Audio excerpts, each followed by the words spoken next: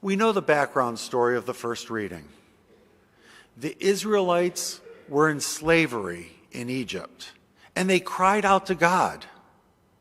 God heard their cry and sent Moses to lead them to freedom. Then, not long after, God gives them the Ten Commandments. It seems kind of ironic. God sets the Israelites free, and then he takes away that freedom. Or did he? What is freedom? Most of us probably think of freedom as being able to do whatever we want. If we want to go for a walk, we go for a walk. If we want to buy a hamburger, we buy a hamburger. If we want to skip Mass and watch TV, we skip Mass and watch TV. Whatever we want to do, we are free to do it. In this view, the Ten Commandments become something that takes away freedom. We want to do something, and God says no. God becomes a lawgiver, a judge, and a punisher who we obey out of duty or obligation. But that isn't our God. Our God is love.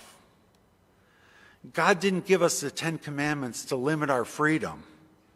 He gave us the commandments to show us how to avoid pain, how to thrive. For example, imagine you take a tray of cookies out of the oven and your 4-year-old grandson tries to grab one. You tell him no, not because you don't want him to have a cookie, but because you don't want him to get burned. You do it out of love. It's the same with God's law. The Israelites did not see the Ten Commandments as an attack on their freedom. They cherished them as guides to happiness and signs of God's love. Israel celebrates the Ten Commandments with the words of Psalm 147. He proclaims his word to Jacob, his statutes and laws to Israel. He has not done this for any other nation. So let's go back to the idea of freedom. If freedom isn't being able to do whatever we want, then what is it? Picture a violin string laying on a table. I can twist one end of it, and the other end does whatever it's going to do. It is free, not stretched, not confined, but it is not free to do what a violin string is supposed to do. It is not free to make music. So I take that string, clamp it down at both ends in a violin, and tighten it until it's taut. Only then is it free to be a violin string. Only then can it make beautiful music. Like the violin string, we are not able to become the people God created us to be until we clamp ourselves to Him and tighten our focus on His way. God knows us better than we know ourselves. He knows what hurts us. He knows what makes us happy. And so He gives us His law to tell us how to flourish as human beings. In this view, freedom is not being able to do whatever we want. Freedom is being able to choose the good things that God wants for us.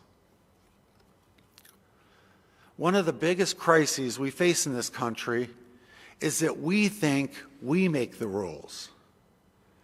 Our government thinks they can define what marriage is. Our government thinks they can define gender. Our government thinks they can define when life begins. Our government thinks they can define what it means to be a devout Catholic. You may have heard about the so-called Equality Act that is working its way through Congress. Many bishops, including our own Bishop Malesic, have written against it, and we posted his letter on our Facebook page. This man-made law goes against God's law. It forces us, both as individuals and as church, to violate what we know is true. It takes away our freedom to choose what is good and to become the people that God calls us to be, in order to allow others the false freedom to do whatever they want.